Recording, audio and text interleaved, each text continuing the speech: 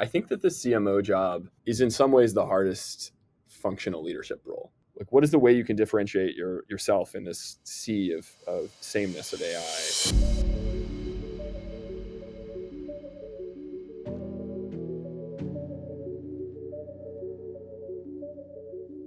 I'm super lucky to have Jake Saper, general partner at Emergence Capital, on the call today. He's at the center of making some of the most transformative bets in enterprise software. And Emergence Capital is a firm that's helped shape the kind of SaaS landscape through investments like in companies like Salesforce, Zoom, and Gusto. And what I love about Jake, he's really been thinking quite a bit about the future of work and with AI native software in particular. And he's brought just so much just insight, but also just operator empathy into the companies he's worked with. And I'm speaking from a little bit of experience here. I've been super lucky and fortunate to work with Jake and the Emergence team on my kind of previous startup. And so I've had the luxury of seeing his kind of genius and craft firsthand. And I'm excited for all of you to be able to meet him as well. So let's meet him. You might already know him, but let's go ahead and bring up Jake Saper. Welcome, Jake. Hey, everyone. Nice to meet you. Thanks so much. Nice to see you, etc. Great to see you too, man. I wanted to start off with something kind of fun because you and I share a very specific niche, and I think there's might be 4 or 5 of us in the world only, a love for B2B musical parodies. And so before we dive into like the boardroom and AI, my understanding is that you were literally in a B2B musical. Can you talk about that a little bit? Yeah, and just using CMO terms, I think you're right that the ICP for this category is quite narrow. It's not a venture backable category, but there are a few of us, ourselves, our friend Nick Mehta, and others that I think are into this.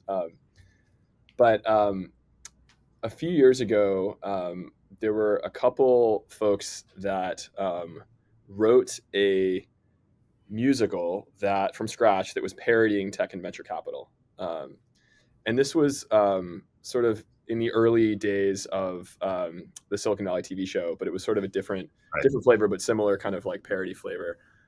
Sam O'Keefe and Pat Blute are the authors of this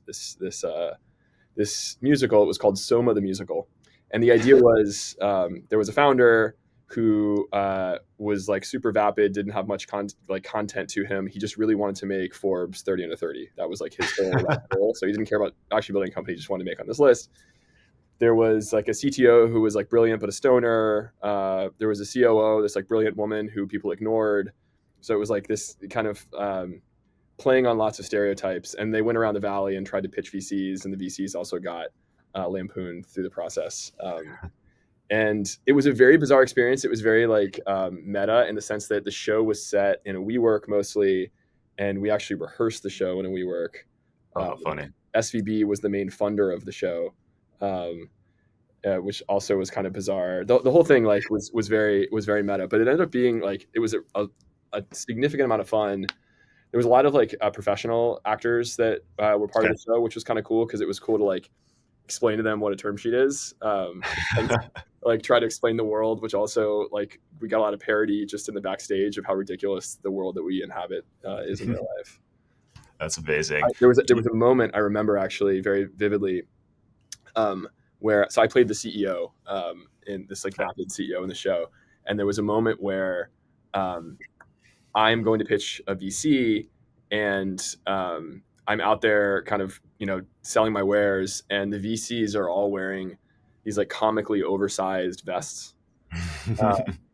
And I look out in the front row of the audience, and this night of the show ran for a couple of weeks. And this night, a bunch of my partners happened to be attending, and they were like towards the front of the audience so I could see them with the outsides. And they're all wearing big puffy vests. The actual vest in a non-ironic way. Exactly. So it was very like life imitates art, imitates life meta experience, but it was a lot of fun. That's awesome. And look, I don't want to put you on the spot, but do you happen to remember any bars from the musical? I do. I think once you do a musical, it kind of like sits in your brain forever. I think the one that this when I was pitching the VC's song was, I think, a very also kind of meta response to founders. The song was called "I Want to Be Helpful," and it was the VC just dancing and singing, literally doing tap dances about like all the ways they try to help. And the VC in this, again, in the life imitates art thing, the VC here was played by a guy who in real life was the Wall Street Journal reporter who was covering venture capital, a guy named Oh, Roth. how funny. Just like crazy like confluence of like real life and fake life. Starts, so this is a song that the VC sings. It's I want to be helpful, I tell you sincerely. I want to be helpful, I tell everyone nearly. And then it continues on like that, like as like a I love it. self-parody. At that point, they take off their vests, they turn them inside out, and they're bedazzled, sparkly. They're doing a tap dance number. Perfect. I feel like they got to bring the crew back now for the AI era. There's got to be some. There's still, some yeah, there's so much new, fresh content. Yeah. I think in the intervening years, like many of us have like had kids and started companies and such, and so like life Yeah. has gotten more hectic. But Yeah. this should exist. There is Yeah. demand for this product in the market. Well, I was going to ask, before we turn the page here, why do you think, humor and creativity, like even in something like as silly as this, right? Like my whole shtick is like emo marketing videos, which is a whole creative release conversation of its own. But why should creativity, humor matter in an otherwise like pretty serious industry? I think the fact that it is serious means you need an outlet. I mean, I guess like one thing is like, because there's so much self-importance in tech and venture capital, I think it's even more important for us to make fun of ourselves and like recognize that like this, yes, we are building the future and there's lots of amazing things about what we dedicate our lives to doing. And also there's just some crazy, ridiculous things about it too. And so I think it's just like, it enforces a sense of humility, which I think just makes us better humans. Yeah. It's also, I think it helps build connection. Like for me, music, I'm a singer, and I really love making music with people I work with. So cool. When I turned 40 a couple years ago, what I wanted to do for my birthday was to play a big show. And so put together a band that happened to be exclusively other VCs at different firms. Nice. And we played a big show in a venue in the Mission, and like the lights and everything. It was just an amazing life experience. And I think like most of those people, actually all of the people in that band, I had known for many years. And in most cases, I actually didn't know that they played instruments. Cool. It was simply through, like, at one point I was telling a friend that like I wanted to do this, but I didn't have a drummer, and I really didn't know if I knew drummers in the Bay Area. And he was like, yeah, Mark's a drummer. Mark from Costa Nova is a drummer. And I was like, I didn't know that. I've known Mark for 8 years, and we've never talked about this like shared passion we have for making music. Right. And so I pinged Mark, and he was like, I'd love to do this. And like my friend Jay at Bond and my friend John at Costa Nova as well. And like I could, like, all these people kind of got put together, and I just feel much closer to them as people. And like, yes, am I more likely to collaborate with them professionally? Yes, but that's almost like a side benefit from just like we are more than what we do at work. We are full people, and we should find ways to live an integrated life. Totally. And you're inspiring me. I'm turning 40 next year. So I'm like, maybe there's like an emo cover band in my future or something. I think now's the time for emo. Like 90s are back. I know, right? I'm playing in a separate band right now, and I am definitely the oldest person in that band. Like the average age in that band is probably 24. And awesome. They're all wearing the stuff that we wore in high school. Really? Like everyone in that band has a chain wallet. Nice. And like one of the guys wears Jinko jeans. And these are all things that were obviously all the rage in the 90s, including emo. And so I actually think that like if you do a Dashboard Confessionals thing, there'd also be product market fit on that. Okay, good. That makes my day. All right, the hardest right turn ever. I'd love to get your take on just your perspective, right? You've been, it's been years now on the investor side in the boardroom. I've had the privilege of being at that table across from you.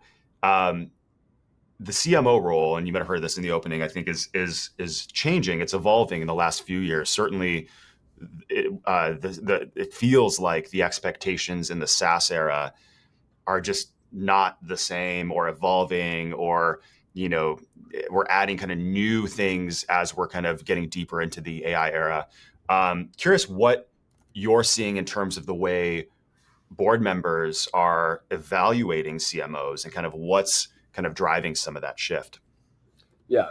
Well, I think that I'll start by saying I think that the CMO job um, is in some ways the hardest functional leadership role because it's Well, just very it's so cross disciplinary.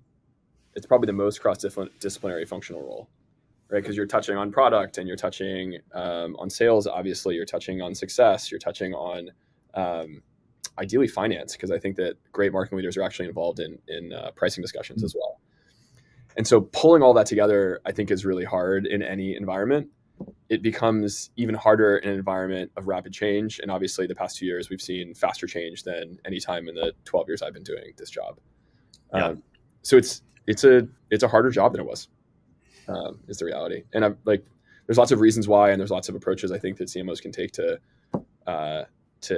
keep up to speed. But I think that there is more scrutiny on the CMO role now, in large part because things are changing so quickly that whatever you were doing before from a lead gen perspective is probably not going to work. And like everyone now knows that whatever SEO strategy you had and you were very comfortable with that you'd built steadily over the years is now crumbling as a result of the rapid changes in the way people search for information. And so everyone's looking at the CMO and saying, what are we doing about this? right. Yeah, and then it's interesting being on the other side of that table. Um, I'm not sure that anyone has a playbook that will give us the right answer either. And we had a conversation with folks, similar conversation with folks on the kind of talent and recruiting side last week, and just seeing this more of this desire for marketing leaders who are kind of gritty and are willing to try new things and not kind of bring in a playbook that might have worked in the SaaS era and just expect it to work today. So I think there's something to be said about first principles thinking, Yeah. and helping kind of solve problems today, that versus kind of leaning in on some muscle memory from the past. I have seen CEOs recently opt in like a CMO search, opt for the high slope, low experience people over the experienced people. Like it It's used to be the crazy. case in the SaaS era, you would look at someone's LinkedIn and be like, oh, they've worked at these 6 companies that are super relevant to what I do. They know the playbook. I want them to come do the playbook here. Yeah, That works yeah, in a yeah, world where the playbook is repeatable. In a world where you have to rewrite the playbook, that experience can be not helpful, or in some ways it can be negative because you're anchoring on things that worked in the past. And so I'm yeah, seeing increasing willingness for CEOs to make a bet on people who don't have the experience, but maybe they have the slope. yeah. Well, this is a wake up call for a lot of folks, a lot of my peers, right? Myself, folks that had a sort of like track record, and now we're staring ourselves in the mirror and asking, how do we reinvent ourselves in a way for this new era? Um, from the board's perspective, like what are some of the top things that you look for in a modern CMO? And obviously we talk about like pipeline and brand and some of the traditional things, but like I'm curious, when you talk about that slope, like what is it that you're looking for in particular? I want to have a conversation with a CMO candidate where I can have like a dynamic problem solving discussion. Hmm. So it's the conversations I'm having now are less like, tell me all the accomplishments you achieved when you were running this marketing function in this popular SaaS company, and more things like the per seat pricing model that we're using in our business right now isn't working. It's not going to work going forward. What do you think we should do? Wow, And interesting. that's and to your point, there aren't like hard and fast answers to that. By definition, there's not a playbook that's fully proven on this. There is like, so I have gone deep specific on AI pricing, and I wrote a piece with a couple pricing experts on kind of how I see AI pricing evolve. Um, but it's very company specific, and we're all learning very quickly, real time, experimenting with things like outcomes based pricing, experimenting with hybrid pricing models that include flat fee or usage or flat fee and outcome, et cetera. And what I want to be able to do with a marketing leader is to get their real-time thoughts on like how they would evolve this. I want to see what kind of questions they ask about our business to know kind of how they would engage.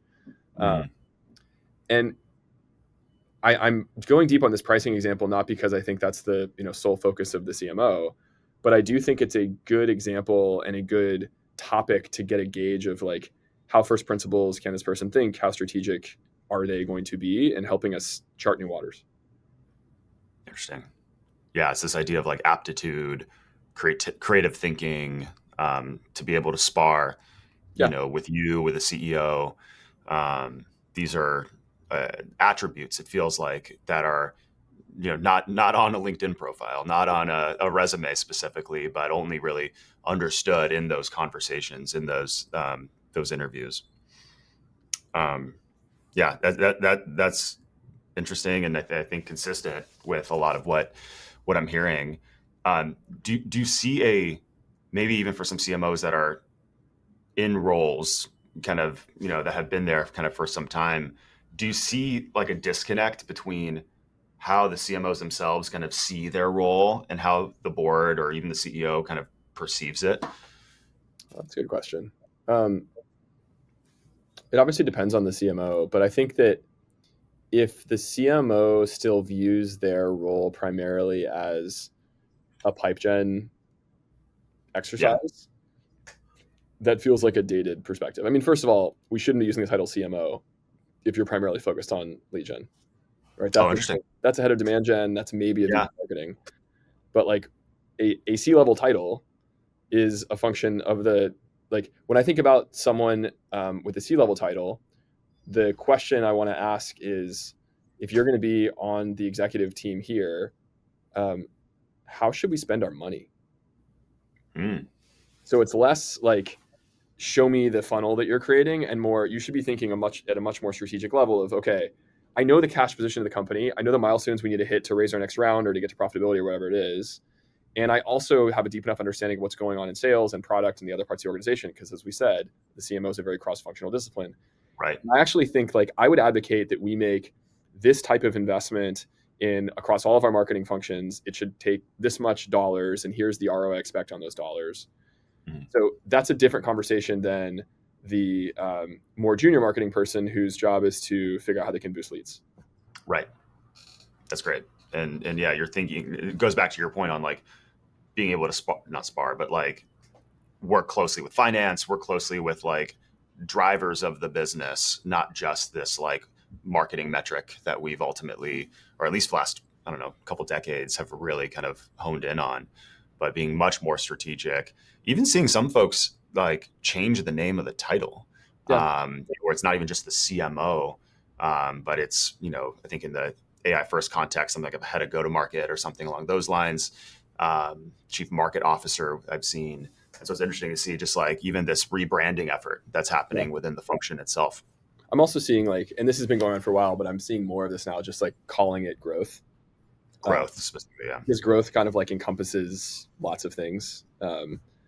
So yeah, I think the role is evolving quickly, and if people aren't evolving with it, obviously it might be a tough road. Yeah. You've been writing some incredible things on LinkedIn recently. For folks that are watching this, make sure to follow Jake on LinkedIn. Like it's always super, super insightful when you're sharing. There's not as much singing on the LinkedIn posts as there are. Is that what? There's not as much singing on those posts, but maybe we can incorporate. I mean, we can change that. I think there's some room for it. Yeah. No, I mean, I think there was a post you wrote specifically about intercom's reinvention, a story that I've referenced now several times. Is almost like a case study of how to about face into the intelligence era in a meaningful way. And this sort of rumored kind of spin out of Finn. I'm curious because again, this is such and I think just profound marketing execution that Owen and the team did. What do you think about kind of what they have done, but this overall kind of reinvention concept? How does that, either set sort of a new pace car or really push, there's a new sort of expectation on marketing leaders, because we're talking about growth, but there's also this like, how are we relevant in this new world? Yeah. Yeah. And I think the answer to that question differs if you are a pre-Gen AI or post-Gen AI founded company, right? If the company was started in this last year, you have a whole other set of challenges, like often around differentiation amongst all the other startups that are doing the same thing that were started in the last year. Yeah. Which is a hard marketing challenge, to be clear. And I think that's an even harder marketing challenge now than it was, because there's an even higher number of companies building in the same or similar categories at the same time. And so shouting about the noise, even at the earliest stages, is harder than it was 3 years ago. But the challenge is no less easy on for the CMOs that are coming from pre-Gen AI companies that have established brands selling a product into a market. And now you've got some new AI feature or product that's completely separate. How do you re-educate the market on what you're doing? I think that's a really hard problem for a lot of really great, kind of pre-Gen AI companies that are have gotten to some level of scale and are known in the market for doing a thing. Yeah. They build this really cool product that maybe even plays on the core product that's AI, focused or at first, but the market's not quite understanding that that's who they are, because the market, thinks of them in this other way.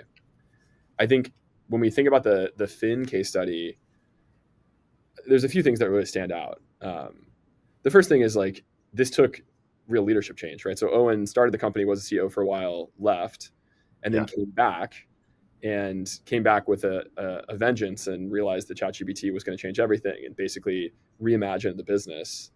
And importantly, when they were building this AI product from a marketing perspective, they chose to call it something completely different, right? It wasn't Intercom's AI thing. It was Fin. And in many ways, they've been investing in the Fin brand, it seems, more than the Intercom brand of late. And I think part of the benefit of doing that is that Intercom was associated with one thing that was kind of pre-Gen AI, and Fin is, considered to be a Gen AI native thing.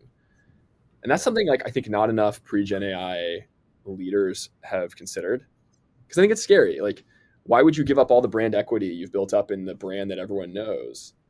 But the reality is, like, to play in this era and to reintroduce yourself to the market, you may have to do more dramatic or drastic things.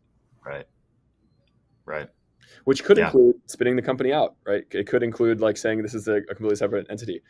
I've heard a lot of rumors about that. I posted on LinkedIn, as you said, and then Owen, the CEO of Intercom, responded in the chats and claimed that they're not, in fact, considering this. And he denied the rumor. He denied the rumor, and we'll see. Interesting.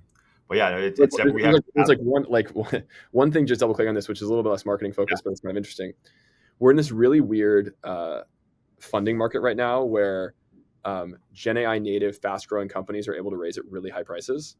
And so even if Fin is meaningfully smaller than Intercom from a revenue perspective today, because it's growing so much faster, because it's Gen AI native, it's likely worth much more than Intercom is to today's investors. And so in some ways, having them together makes the total enterprise value less valuable than if Fin were on its own, even though the revenue size scale is larger. It's a weird kind of angle in today's venture market.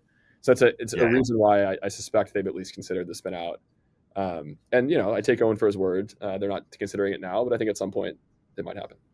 Yeah, we didn't have this in the prep, but like, I would love to get sort of the state of the union on the early stage funding market from you, just or at least some like high level for marketers, for other maybe founders, that might be listening. Like, because it does feel like where I'm sitting, someone who's not like fully immersed in the world, it seems like bananas out there in terms of what's happening. So I'd love to just learn from you a little bit on like what's going on like today in like H2 2025. Yeah, I think that's the scientific term for what's happening right now. It's bananas. It's been diagnosed as such. So I just presented a bunch of this yesterday to some seed investors and some of our investors. So it's fresh in my mind. Cool. There are, I'll try to do it without slides. There are two things that are driving the bananasness of this. And then I'll talk about some of the data around how bananas it is. The first thing that's driving the bananasness of this is the size of the potential opportunity that AI unlocks. Right. And so for context, in 2010, there was about $250 billion spent on software. Most of it was on-prem, and there was a small slice that was in the cloud. And of course, Emergence's focus originally was how do we invest in companies that are moving, ideas from on-prem to the cloud. And our first investment in Salesforce, as you mentioned, we've had a lot of success in doing this. By today, two things have happened in the market. One is a lot of it's moved to the cloud. So a little over 60% of software spend is now in the cloud, up from I think it was 5 or 10% in 2010. Although interestingly, there's still 40% the software spend that's still trapped on mainframes, which is like very interesting and counterintuitive. Technology moves quickly in tech lands, but in many places, actually, it takes a while for the future to arrive for a variety of reasons. But the overall size of the market has also meaningfully increased. It's now $1.25 trillion in software spend. So, it's increased by $1 trillion in spend in the past 15 years. So that kind of gives you the state of how things have been. I think the reason why there's so much excitement right now is that people believe, and I'm one of them, that AI can unlock much larger budget than software traditionally could because it can tap into labor spend. Labor spend, totally. If these agents that you're building can do parts of the tasks that humans were doing before, then you should be able to capture some of the spend that was going towards those humans, and these AI companies should be able to capture some of it. Right. So the estimates are that this could go from a $1.25 trillion size opportunity to a 10 trillion size opportunity over the next decade or two, if these companies are able to capture labor spend. And we're seeing this happen. We've invested in a bunch of businesses that kind of pursue this AI enabled services model, which is they're competing with a traditional services vendor, a consulting firm, et cetera. They've built an AI product to help them do it better, either better, faster, or cheaper than the legacy consulting firm. And they're getting really high average contract values, higher than software companies, because by definition, they're selling something that used to be, a $5 million consulting contract. They'll now sell it for $4 million, and they'll do it twice as fast. But then they have a $4 million contract to play with, which actually gives you a lot of margin to incorporate with AI and humans. So anyway, that's macro. One reason why things are bananas is just there's bigger opportunity than there ever has been. Yeah. The second is just time to growth. Things are growing much, much faster than they used to. Right. The very best SaaS companies, in the 22, 23 era, it would take them about 18 months to go from 0 to 1 million in revenue. The very best companies in this era are doing it in 4 months. That's insane. So the level of speed expansion is insane. We also mapped the time to 100 million for a bunch of our companies over time. And we looked at companies like Viva and Zoom, which, have become some of the most dominant companies of our generation. And it took them, 5-ish years to go to 100 million in revenue. And we look at some of our more recent Gen AI native investments, companies like Mercor or companies like Together AI. And, those two have done it in less than 2 years. That's wild. And so these two factors, the speed of growth and the size of the opportunity, are driving this frenzy. Yeah. And the frenzy is bananas. And the data we have around the frenzy is those of us who were in the game, so to speak, in 2021, remember how crazy things were then. Very low interest rates were driving, somewhat insane behavior in terms of just people slinging checks at really high prices for not a lot of underlying asset value. As interest rates rose, things got much calmer, and 22, 23 in particular were much, calmer times where valuations dropped meaningfully. 2024 started to creep up again as AI excitement got real. And then the past 2 quarters have actually outpaced 2021 in terms of median valuations for Series A's. Wow. So we thought 2021 was a peak, and it was a local maximum, but it turns out it was not the absolute maximum. That's wild. At least within this past 5-year period. So it is bonkers. It's bananas. Yeah. Well, look, I mean, this is for folks that might be hearing you speak for the first time. I think it's important to say that Emergence has been at the bleeding edge of this platform shift, traditionally from on-prem to cloud, but now from cloud into sort of intelligence or AI, however we're sort of phrasing this era. And in addition to these, the context that you have from the Salesforces and Gustos and Vivas and Zooms and others is this next generation of companies, Bland, Bolt.new, you mentioned Together, Unify. So I think it's important to share that that you guys are at the forefront of this next generation, and so a lot of what you're sharing here is sort of privileged context that many folks listening may not have. Well, thank you for saying that. And I think like on that, it's important to note that while many things have changed, some of the fundamentals, most of the fundamentals of how you build these businesses and go to market are still consistent. Like, how do you think about defining your ICP? Right. And executing on that. That's something I've been posting about a lot on LinkedIn recently, because I'm seeing Gen AI native founders not learn the lessons of their pre-Gen AI brethren. And it's very frustrating. I think and this is actually something where marketing should play a leadership role. Back to the marketing topic, like ultimately, the history of a company, ideally from an ICP perspective, and ICP stands for ideal customer profile, is when the company's first starting, you talk to all sorts of potential buyers because you're trying to figure out, where do I have the strongest pull? And so often in a company's earliest days, they have lots of different types of customers, big customers, small customers, different industries, different types of personas within a buyer, et cetera. And then they start to get momentum and they're like, oh, there's a lot of people that want this product. The thing you have to do at that moment, when you start to get real pull, is to ask yourself the question, where do I have the strongest pull? Where do I have the strongest product market fit? Where does the thing I'm selling best solve the problem for a customer, and for whom is that problem most burning? Right. And then your job is to kind of narrow into that ICP. And so you got to start wide, narrow in once you've got pull to figure out like, where is that fit the strongest? Do a killer job of marketing to that persona, of selling to that persona, of serving that persona from a product perspective. And then once you've started to dominate that persona, you've earned the right to expand into adjacent personas, adjacent ICPs. And so my view of the ICP landscape is it should be an hourglass. Oh, interesting. Okay. Way too often. Start wider, then narrow in and make them successful. You start wider as like an information gathering exercise, because you just don't know who has the most burning pain and who do you solve the pain the best for. You can answer that question, and then you go super deep on those people. You kill it there, and then you start to expand.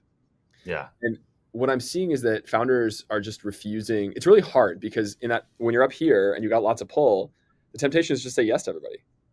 And so instead of being an hourglass, it looks just more kind of like this stout kind of cylinder thing. The risk of being a cylinder is that you end up with a dispersed and inefficient marketing strategy. You end up with a more costly sales process, and your product roadmap is all over the place because you're trying to build something for all sorts of different personas and buyer types. The org gets much better the more clear you can define ICP in the early days. And my view is that this is the head of marketing's job. Like ultimately, it's the CEO's call. But I think the best heads of marketing, and I say heads of marketing because often a CMO is not in place at this kind of Series A stage where it's relevant. But the best early stage marketing leaders are leading the effort to define and institutionalize an ICP. Yeah, that's awesome. That makes a lot of sense, and gives, I think, a unique charge for folks that are wanting to, I don't know, maybe I'm smaller sample size here, but go back to early stage or figure out how can they bring their experience into a more entrepreneurial, fast paced, but like living in the future, like opportunity. That's a great job. That's a great, that's a great embodiment of your experience in a way that stretches you beyond maybe the pipeline kind of carrying person you were in the first generation into helping build the next, helping founders like in a more entrepreneurial sense. Yeah, it's a way for you to both stretch into more of a senior leader, as well as to leverage the experience you had in a previous era that is still relevant. And in some ways, there's kind of a burning need for, because a lot of these founders have not learned that lesson. Right. there's other things that like great marketing leaders obviously should be taking from the previous era into this era. Like another thing that I think I see lacking more in this era is the ability for the marketing leader to very clearly lay out each stage of the funnel and the dynamics as to what's happening in each stage of the funnel. Mm. And candidly, this is something that like I think in the pre-era, like people were not generally good at as well. Like I often would ask the head of marketing to show me a page that just laid out the funnel at all the various stages from all the various channels and showed me conversion at each stage and map that conversion quarter over quarter so I can understand what trends were happening at each part of the funnel and then give me the qualitative narrative as to what's happening. Yeah. What are we trying to, change to improve conversion at each? And what are our key lessons from it? Yeah. And like that chart, which sounds kind of simple to create, simple to design, obviously is very difficult to actually, put with great data, and not a high number of CMOs or marketing leaders did that well. But I think that becomes increasingly important in an era where the channels are changing so quickly. Right. Right. Like the fact that like SEO is up for grabs now and GEO is on the rise, amongst other changes in channel, is like requires more discipline about experimentation, putting learnings back into the system. I think like a great example of this, and the marketers that are listening will have much more perspective on this than I will, but I think the commonly held belief around GEO for the past quarter or two has been that one of the most important things to do for a brand is to optimize their Reddit presence. Right. You have to get really given that Reddit, sort of data source. given that's an Right. important data source via LLMs. And then I think there was a change in the way that some of these LLMs, drew from Reddit recently, and now apparently, as of like a week or two ago, that is a less important driver of Oh, wow. LLM results. Okay. And it feels like not dissimilar at all from obviously the early days of search, where like Google would change its algo, and then everyone would have to figure out how to optimize for that. And so when you're in these super dynamic environments, you just have to kind of constantly have this experimentation methodology in place, where it's like, well, whatever was true last week may not be true this week. And that is really overwhelming and hard for many people. Like humans don't necessarily deal with change all that well, particularly super rapid change. Right. But the best marketers are putting in place an experimentation regime Yeah. where they're constantly testing new things because the underlying channel drivers are themselves changing constantly. Yeah. That's a beautiful just like metaphor in general, right? It's like your ability to architect a funnel, get your data in order, add sort of the qualitative kind of strategy. That is timeless. Like, yeah, a lot of folks maybe have been great at it in the first generation, but you got to be like you have to find a way to be great at that. But then adding on top of that, this spirit of experimentation, this aptitude, this curiosity, like that feels like a very nice like word picture of what it takes to be, effective today as a marketing leader. The other thing I'd say is like and just thinking about like the people that are listening to this that have a long career in marketing and are like, oh shit, what do I do now that like CEOs don't prize the experience as much? Yeah. By very fact that there is not a playbook for this next generation, no one's really advantaged more than anyone else. Right. Like despite or perhaps enabled by your experience, can choose to lean super heavily into this experimentation approach, right? You can lean super heavily into, understanding, experimenting with pricing, experimenting with channels. Like this is all a choice. Right. And I think the choices you make, starting at like the job search stage will really help you succeed. So I think when I'm talking to experienced marketing candidates, heads of marketing at this point, and they are leaning mostly into the storytelling of like, here's what I did here, here's what I did, here's what I did here. And, I think the CEO are more like, okay, this person's probably not our person. Mm-hmm. If instead the framing is, I want to recognize that like the game has changed and I am committed to becoming a student of this next generation of the game. And the fact that I have mastered the lessons of the past, because history repeats itself, means that I'm going to know how to do things like help you figure out how to institutionalize your ICP, help you figure out how to put in place, a funnel tracking process that I know works really well. And also here are the 8 things that are completely new ground that I am trying to become a student in. Like I am understanding AI pricing and I hear all my thoughts on it. I am understanding all the GEO landscapes and here's my thoughts on it, et cetera. Yeah.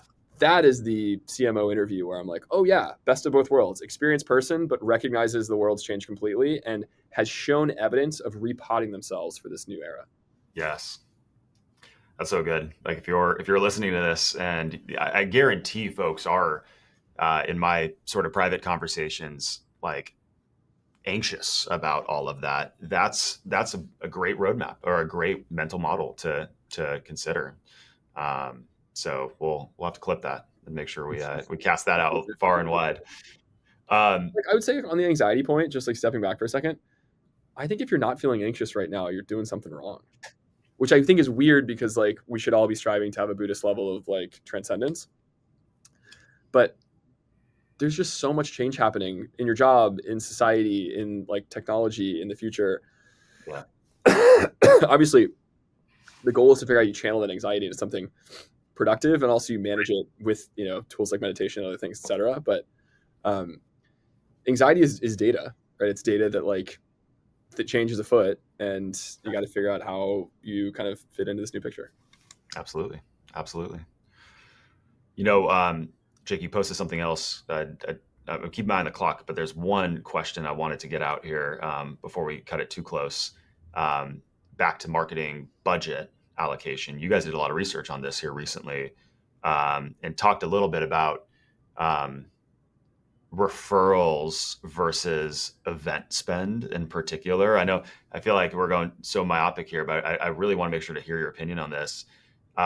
Because the truth, and I think part of the conclusion, is that a lot of companies are actually misallocating marketing dollars generally. Why do you think that is? Can you just give us a window into kind of what's driving that behavior? So I think that coming out of COVID, everyone was starved for social interaction. Right? We'd all been locked in our Zoom screens, and we're like, oh shit, I can go out now. And so events in 23 in particular came out with a vengeance, right? So everyone was doing events, and I would hear from marketers like, "Oh, these events are working because people are attending the events. It's really great." I think just like everything, there's cyclicality, and I think that the event space got flooded. Everyone started doing lots of events, and then the bang for your buck started to get more diluted.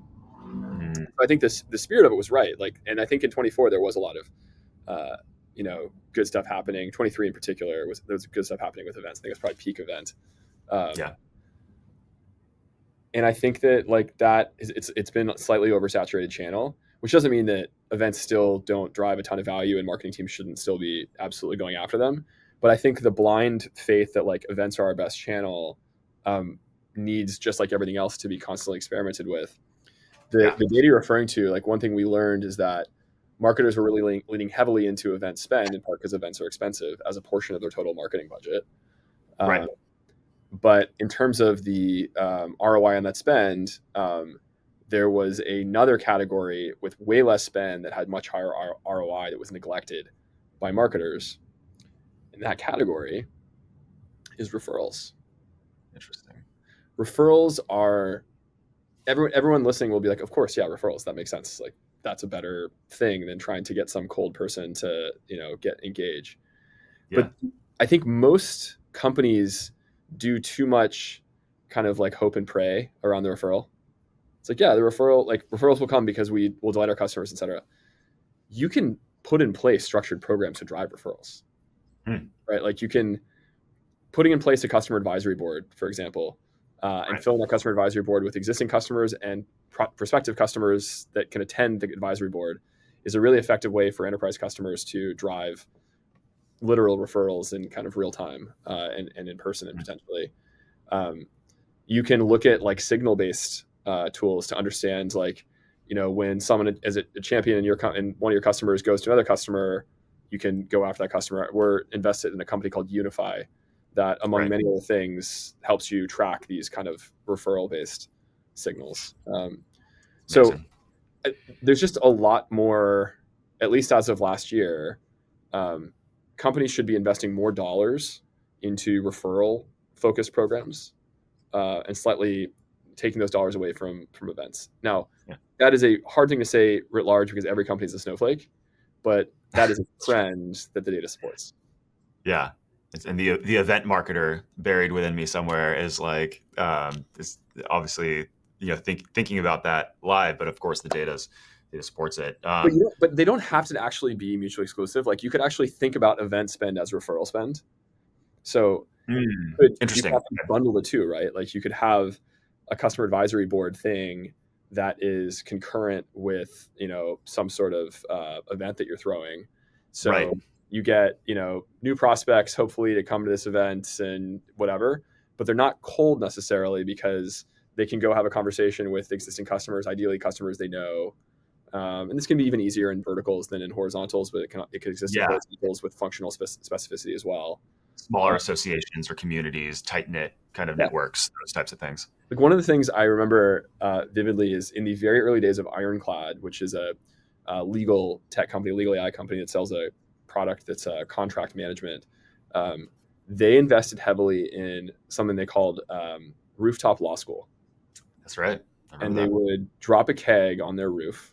I think it was every Thursday night, and they would choose a case, like some case law, and they would have some person who was very familiar with the case law come and like talk about the case, and then a bunch of lawyers and legal operations people, which were our core ICP, would just come and have a drink and like talk, like nerd out on this case. Yeah. And that, like, I guess, is quasi event spend, but really that was referral spend. Interesting. Because you had a bunch of peers, and a lot of the people there weren't Ironclad customers, but they like were connected to Ironclad in some way. Often, like, their friends were the customer, their friend worked there or whatever, and they came for the because they thought this was an interesting thing. It wasn't about Ironclad specifically, but then they're going to hear about, they're going to get curious. Someone there is going to refer them to, like, oh yeah, you should do this, really cool, try it out. And that was an effective channel for us in the early days. That's great. And I think that from my memory, that led for community kind of more broadly being a big focus for Ironclad and a big differentiator kind of in the market, sort of like born from that specific event program. And like, I guess, just to tell like more on that story, because I think it's illustrative. They found the core kind of external gathering for their ICP, these legal operations people, an organization called CLOC, CLOC. And they started to sponsor this event and go to the event. And then they became close with the woman who was running it. This woman, Mary O'Carroll, who is amazing. She at the time was at Google, and she was running this kind of, nonprofit thing on the side to get people together. And we got to know Mary. She eventually became an angel investor in Ironclad. And then later on, we asked her to become our chief community officer. Oh, cool. Amazing. Joined, and like, that gave us like much more credibility within this community that already existed. We were sort of community hacking, right? This thing already existed, and she was wonderful, right? We drove a bunch of new awareness and became, I think, the dominant rising player in contract management, in part because we invested heavily in this community-based referral program. That's great. So good. Amazing. I wish we can keep talking. There's, you have a wealth of knowledge, Jake. I appreciate your willingness to share it with the community writ large. I think especially here, double clicking on the marketing kind of context and a lot of the specific research you've been focused on. So thank you, of course, for being part of it. Before we break, I'm going to go back to musicals one last time, if I may. If you were, I'm going to put you on the spot a little bit with some marketing work here. If you were to title a B2B musical about the modern CMO, what would that title be? No pressure. I did not prepare for this question. I think like the first one that came to mind. This is not going to be an answer that people are excited to hear. The first one that came to mind is I'd call it Wicked. It's a wicked hard job right now. Like it really is. I think that like there will be new all-stars built, right? Yeah. Like when I think about like Anthony, to the work that you and Nick and others did at Gainsight, you guys did so much amazing work around category creation, right? You guys, I think, are often the kind of known as the go-to people that created this category of customer success. Like, what is customer success? Everyone says it now as if like it's part of a company, but like that wasn't a real thing. You guys just made that thing. That's amazing. Thank you. And I think that there will be the equivalent things that happen in this era. That is category creation, or it's, you know, something that you figure out how to be like, what is the way you can differentiate yourself in this sea of sameness of AI? And there will be marketing teams, there will be Anthony's and Nick's that figure out clever ways to solve those wicked hard problems. And maybe they will do it through B2B musical parodies. Yeah, in my head, I'm like, who's the Alphaba? Like, what's the Albert Road analogy? There's like a whole universe to play here, which is really exciting. Well, this is perfectly in time for Halloween, so go get your costume. Yeah, exactly. Awesome, actually, Jake. I came home. My wife was in a Dorothy outfit last night, which is actually cool. I liked it on her, and I think I have a lion costume that's coming. So it's actually awesome. That's the theme this year. Yeah. Amazing, man. Jake, thank you so much again for your time. Best place for folks to follow along, I'm assuming LinkedIn and the Emergence channel, or what's the best way for folks to stay in touch? I mean, I'm most active on LinkedIn, so it's the best place to chat, I think. Awesome. Well, thank you again, and thank you to everyone who watched, and we'll look forward to seeing you next week. Thanks, everybody. Thanks, Anthony.